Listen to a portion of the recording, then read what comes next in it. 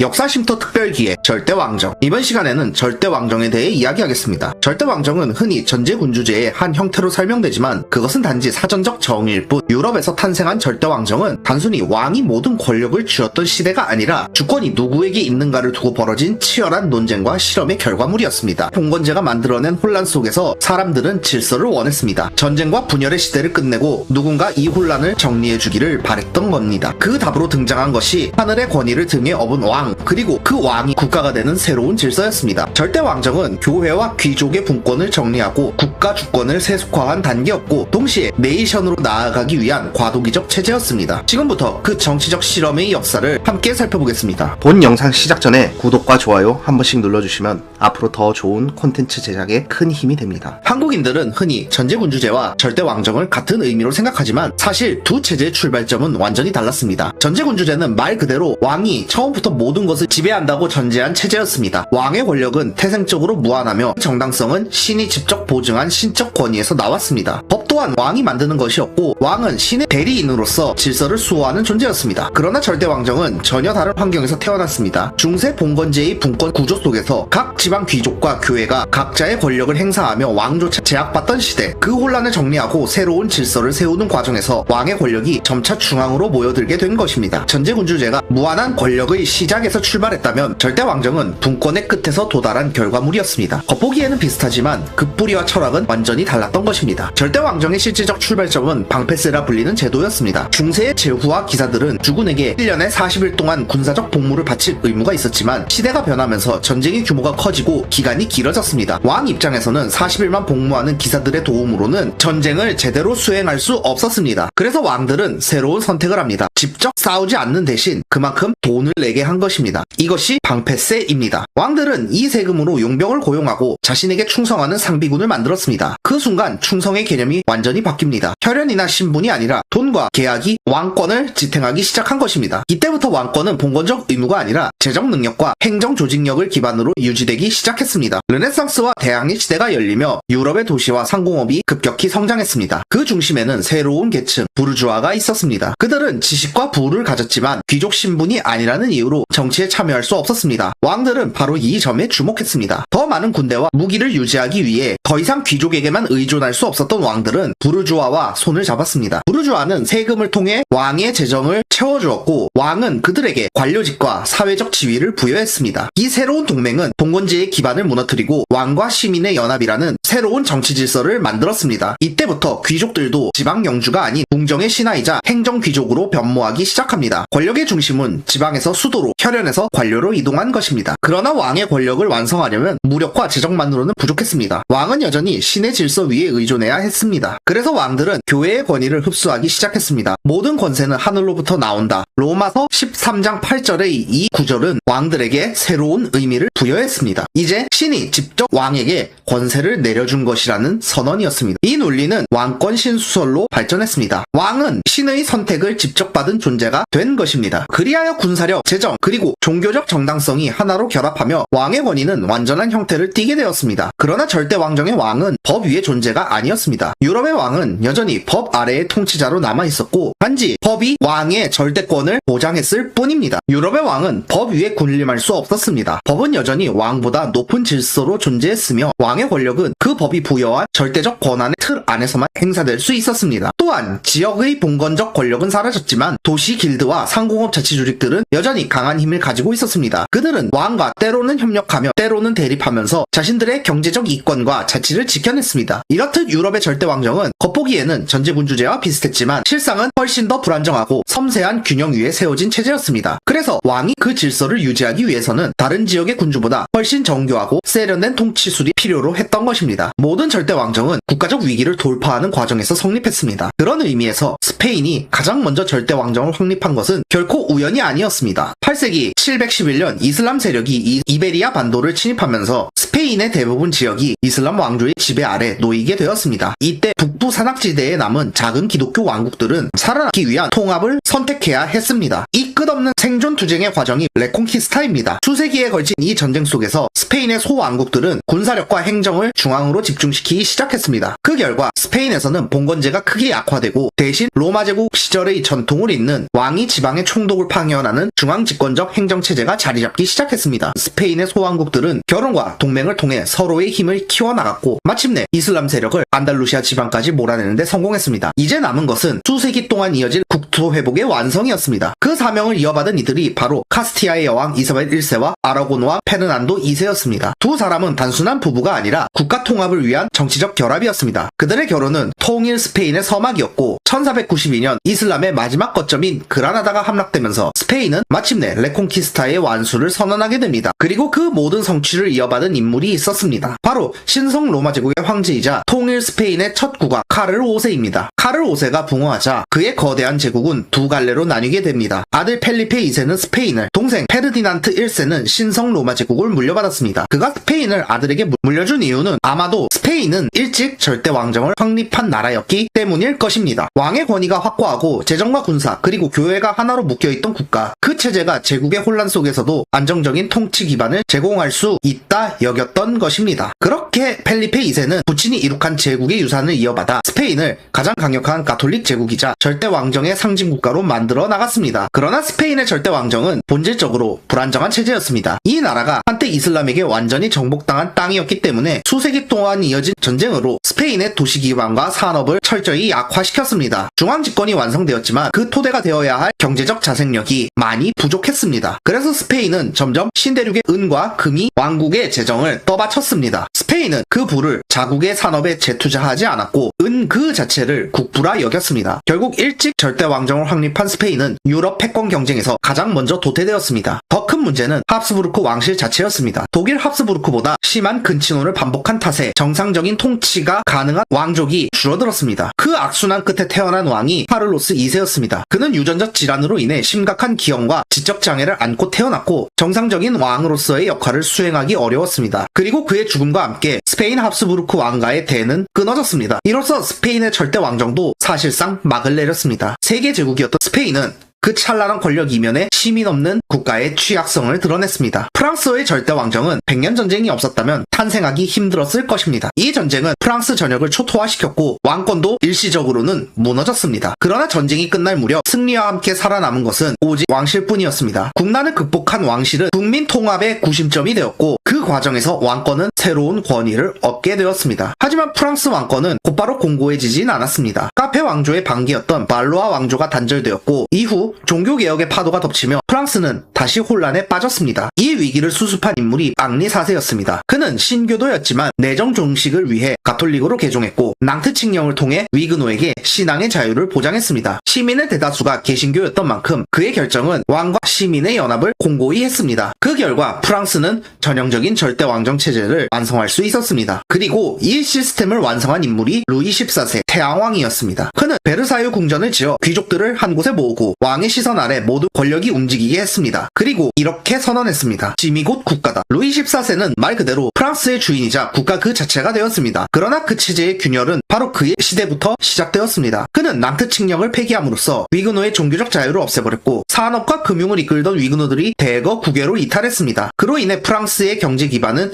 급격히 약화되었습니다. 게다가 그의 후계자들인 루이 15세와 16세는 루이 14세처럼 화려하고 권위적인 통치자가 아니었습니다. 그들은 내성적이고 조용한 성격이었고 권위를 보여주는 정치를 수행하기 힘들어했습니다. 왕의 권위는 급속도로 추락했고 국민은 더 이상 왕을 국가로 여기지 않게 되었습니다. 그리고 그 균열의 끝에서 마침내 프랑스 대혁명이 폭발하게 된 것입니다. 영국 또한 백년전쟁이라는 총력전을 통해 절대 왕정의 기틀을 세웠습니다. 영국은 본래부터 강한 왕권 위에 세워진 나라였습니다. 기존의 정보강 윌리엄이 1066년 헤이스팅스 전투에서 승리하며 기존의 잉글랜드 체제를 정복했기 때문입니다. 이후 백년전쟁을 거치며 영국은 국가 전체가 하나의 군사 재정 체계로 움직이는 구조로 발전했습니다. 비록 전쟁에서 패했지만 왕의 권한은 오히려 강화되었습니다. 그러나 전쟁이 끝나자 귀족 간의 권력 투쟁이 폭발했습니다. 바로 장미전쟁입니다. 귀족끼리 싸운 내전은 수많은 귀족을 죽음으로 몰아넣었고 결국 귀족 사회 자체가 약화되었습니다. 이 전쟁의 최종 승자가 된 튜더 가문은 전쟁으로 황폐해진 나라를 재건하기 위해 동시에 상업과 농업으로 부를 축적한 신흥 시민 젠트리에게 손을 내밀었습니다. 왕은 젠트리에게 행정과 의회의 자리를 부여하며 지지를 얻었고, 이로써 왕과 신입의 연합이라는 절대 왕정이 성립했습니다. 이 체제는 스튜어드 왕조의 제임스 1세로 이어졌습니다. 그는 스코틀랜드 국왕 시절 경험을 바탕으로 귀족과 시민의 세력 균형을 유지하며 통치했습니다. 그 결과 스코틀랜드와 잉글랜드는 하나의 왕권 아래